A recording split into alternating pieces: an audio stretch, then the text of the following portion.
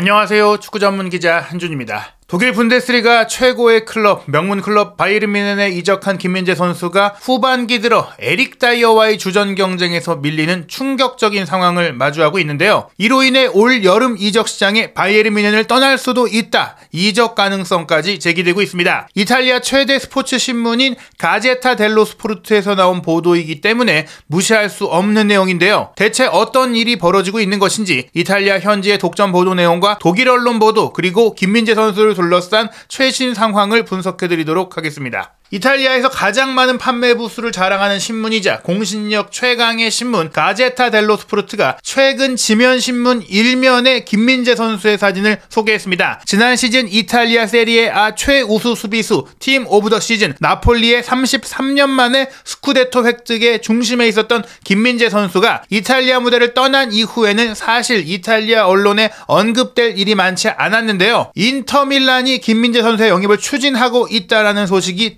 문짝만하게 나왔습니다. 그 배경에는 바로 사진에 함께 소개된 이탈리아 수비수 아체르비의 징계 우려 문제 때문인데요. 아체르비 선수가 바로 2023-2024 시즌 3월 18일에 열린 세리에 A 29라운드 경기 하필이면 공교롭게도 김민재 선수의 전 소속팀인 나폴리와의 경기 1대1 무승부 가운데 김민재 선수가 떠난 이후 주전으로 활약하고 있는 브라질 수비수 주앙 제주스를 향해서 인종차별적인 언사를 했다라는 논란이 커지고 있는 것입니다. 아체르비가 제주스에게 경기 도중에 니그로 깜둥이라는 표현을 썼다라는 얘기가 나온 것인데요. 제주스 본인이 심판에게 이 얘기를 듣고 항의했고 경기를 마치고 나서 인종차별적인 얘기를 아체르비에게서 들었다라고 이야기를 한 것입니다. 이 상황 직후에 아체르비는 이에 대해서 인정을 했고 사과를 한 것으로 알려졌는데요. 이것이 인종차별 문제로 징계 논의까지 이어지자 나는 인종차별적인 말을 한 적이 없다. 20년 동안 내가 축구해온 선수로서 내가 한 말이 뭔지 정확하게 알고 있다라고 항변을 했거든요. 일단 이에 대한 사실관계 논란이 이어지고 있는 가운데 3월 A매치를 앞두고 이탈리아 대표팀이 아체르비를 소집했다가 인종차별 논란 때문에 제외하는 사건이 이뤄졌습니다. 이러한 징계는 이탈리아 세리에 A에서의 출전 정지로도 이어질 수 있다라고 얘기가 나오고 있는데요. 이탈리아 현지 언론의 보도에 따르면 만약 아체르비가 정말 제주스에게 인종차별적 욕설을 했다는 것이 확인되고 유죄가 확정된다면 최소한 10경기 출전 정지 징계가 이뤄질 수 있다고 합니다. 이것은 아체르비의 커리어에도 큰 타격이 될 수 있고 인터밀란의 수비라인 운영에 있어서도 큰 타격이 될 수 있는데요. 아체르비가 이미 30대 중반의 고령의 선수인 것은 물론이고 현재 팀의 수비라인의 정비 가능성이 아체르비의 존재 여부에도 필요했던 상황에서 이런 큰 선수가 빠져나가게 된다면 대체 수비수가 필요할 수밖에 없고 그런 가운데 다음 시즌 김민재 선수 영입을 추진하고 있다. 아체르비가 사실 뛰기 어려운 것을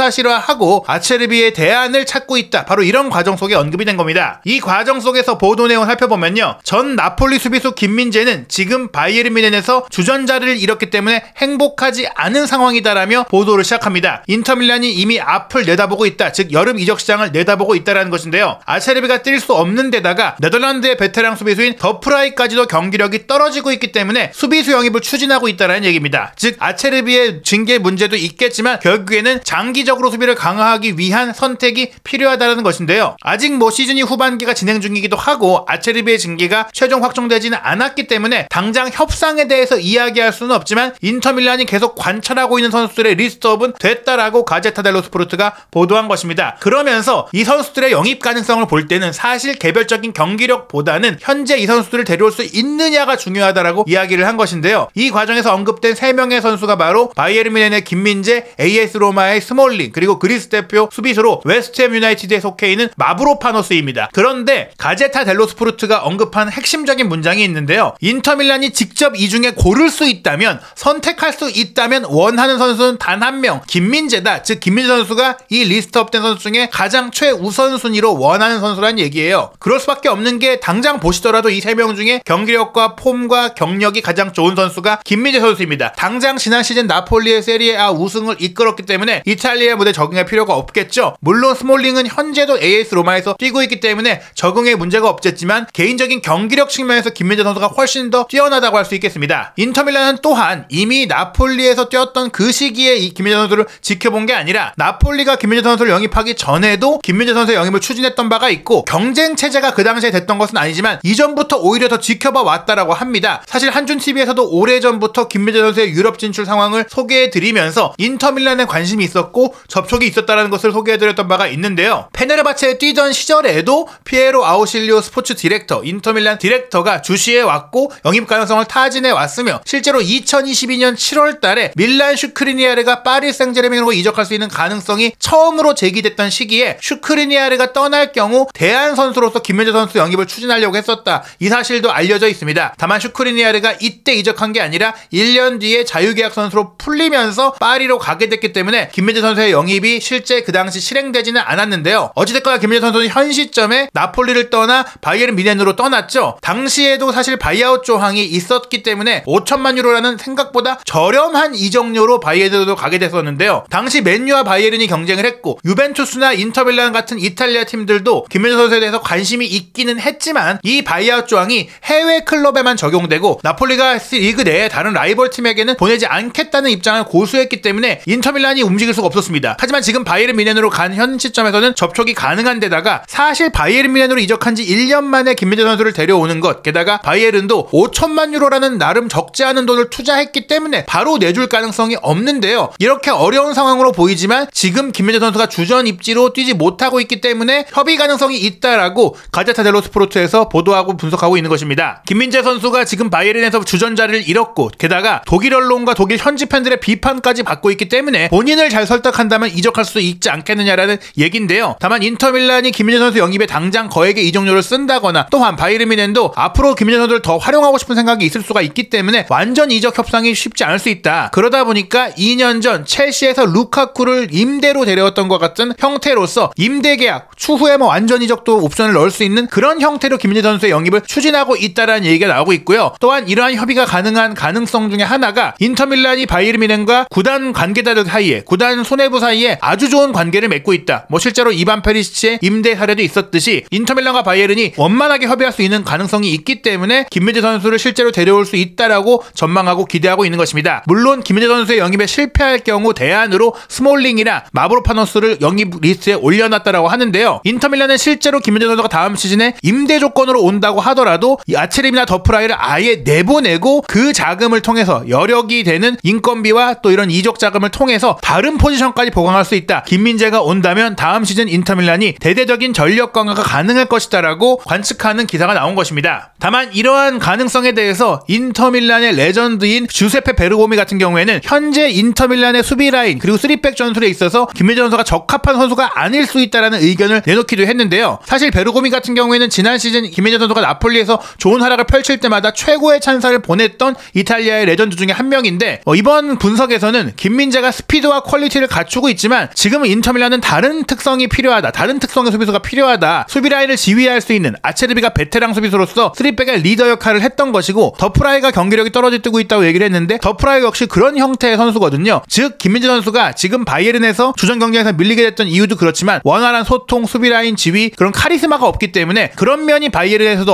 어려웠던 부분이라면 인터밀란에 와서도 그런 점에 있어서 김민재가 고전할 수도 있다. 게다가 김민재 선수가 인터밀란에 올 경우에 3백 중에 가장 잘 뛸 수 있는 부분은 오른쪽 백이라고 생각을 하는데 그 오른쪽 백 자리에는 이미 파바르도 있고 비책도 있기 때문에 그 자리에 보강이 필요한 것은 아니다. 즉 김민재 선수가 인터밀란의 현재 3백 리빌딩 과정에 있어서는 최우선 옵션으로 고려하는 것은 조금 맞지 않을 수 있다. 뭐 이렇게 얘기를 한 것입니다. 현재 인터밀란의 시즌 성적 상황을 살펴보면요. 이탈리아 세리에A 우승은 매우 유력한 상황이에요. 29라운드까지 24승 4무 1패. 나폴리와 비긴 것은 아쉬운 결과이긴 하지만 한 번밖에 지지 않았기 때문에 2위인 AC밀란과 승점 14점 차 선두로 우승을 사실상 예약한 것과 같은 상황이죠. 다만 아쉬운 것은 지난 시즌 준우승을 차지했던 챔피언스리그에서는 16강전에서 아틀레티코 마드리드에 탈락하고 말았습니다. 1차전 홈경기 1대0 승리로 기세를 높였지만 2차전 원정 경기에서 2대1로 패배한 이후 승부차기 2대3 패배로 인해 조기 탈락하고 말았는데요. 코파 이탈리아에서도 16강에서 볼로냐를 만난 첫 번째 일정에서 연장 접전 끝에 1대2로 패배하며 탈락한 상황입니다. 이탈리아 슈퍼컵에서는 라치오와의 4강전 3대0 승리에 이어 지난 시즌 리그 우승팀인 나폴리와의 사우디에서 치른 결승전 1대0 승리를 통해서 트로피를 들기는 했는데 그 크게 의미 있는 트로피는 아니거든요. 세리아 우승도 물론 좋은 성과이긴 하지만 궁극적으로 인터밀란이 노리는 것은 챔피언스리그 우승이라고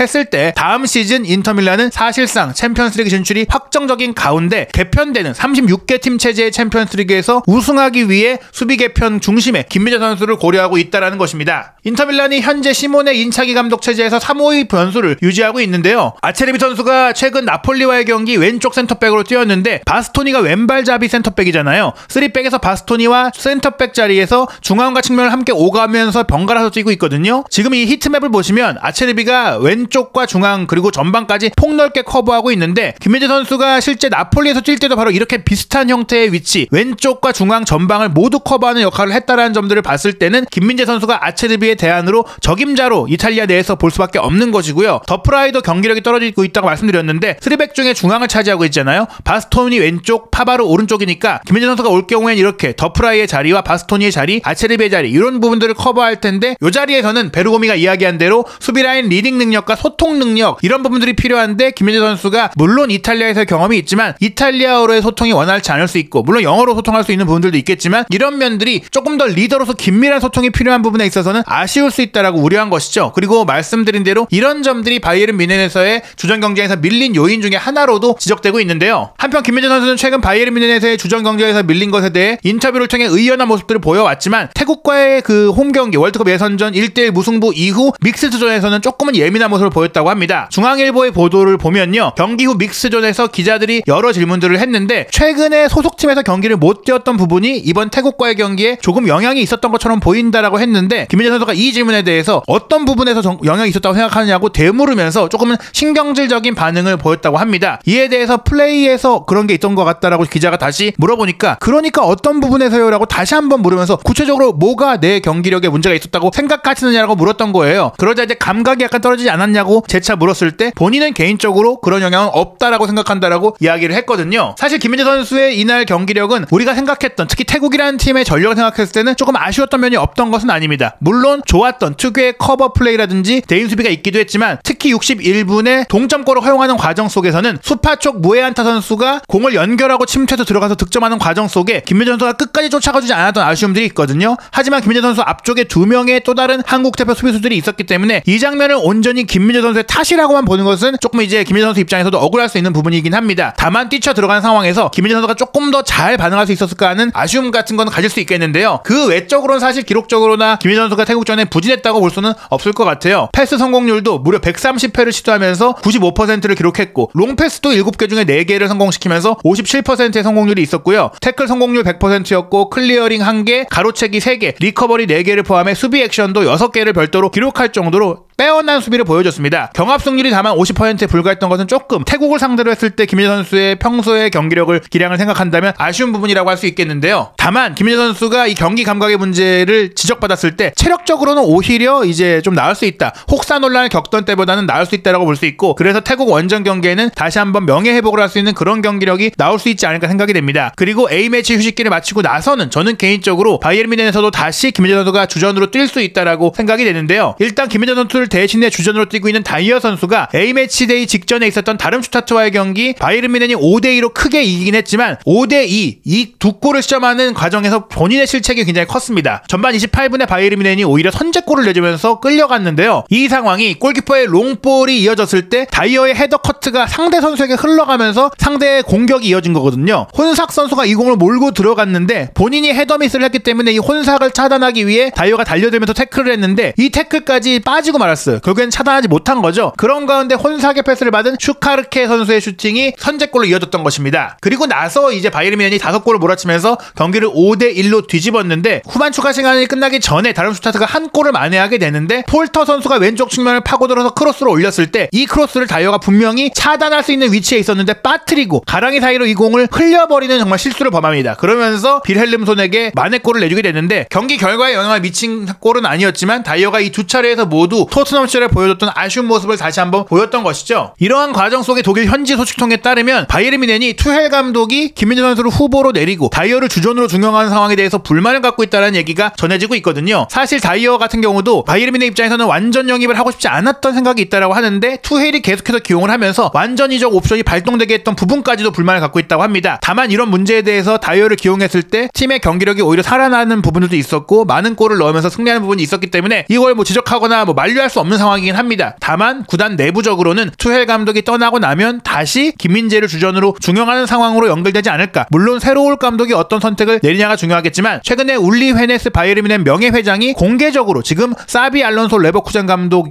영입을 위해 협상 중이다라는 얘기를 했거든요. 리버풀과 경쟁하고 있다라는 얘기들이 나오고 있는데 물론 레버쿠젠은 내보낼 생각도 없고 바이아웃 조항도 없다고 했지만 이 상황 지켜봐야 될 것 같고 확실한 것은 투헬 감독이 올 시즌이 끝나는 대로 바이에른 뮌헨을 떠날 예정이기 때문에 새로운 감독이 왔을 때 김민재 선수의 상황과 그런 상황들이 인터밀란의 관심과 연결되어서 이적 여부에 대해서 결정이 될 것 같습니다. 제 개인적인 생각으로는 앞으로 이어질 일정에서 다시 김민재 선수가 바이에른 뮌헨의 주전으로 중용될 가능성이 크기 때문에 결국 인터밀란이 임대로 데려오고자 하는 그런 의지가 실현되긴 어려울 거라고 생각을 하는데요. 당장 A매치데이 이후에 있을 3월 31일 일요일 새벽 2시 30분 도르트문트와의 대여 클라시커 경기도 그렇고 4월 바이에른의 가장 중요한 일정인 아스널과의 챔피언스리그 8강 1, 2차전도 상대의 빠른 공격수에 대응하기 위해서는 김민재 선수의 출전이 필요하다고 생각이 됩니다. 김민재 선수가 우파메카노와 주전 조합을 이룰 가능성이 크다라고 전망이 되는데요. 과연 실제로 바이에른 뮌헨의 투헬 감독은 선발 명단 구성에서 어떤 선택을 내릴지 아스널과의 챔피언스리그 경기에서는 어떤 이야기가 펼쳐질지 프리미어리그 팀들도 김민재 선수에 대한 관심을 유지하고 있는데 올 시즌이 끝난 이후 김민재 선수의 상황은 어떻게 될지 한준TV에서 김민재 선수에 대한 모든 소식도 구독, 좋아요, 알림 설정을 통해 빠르게 올라오는 새로운 영상들 놓치지 않으시기 바랍니다.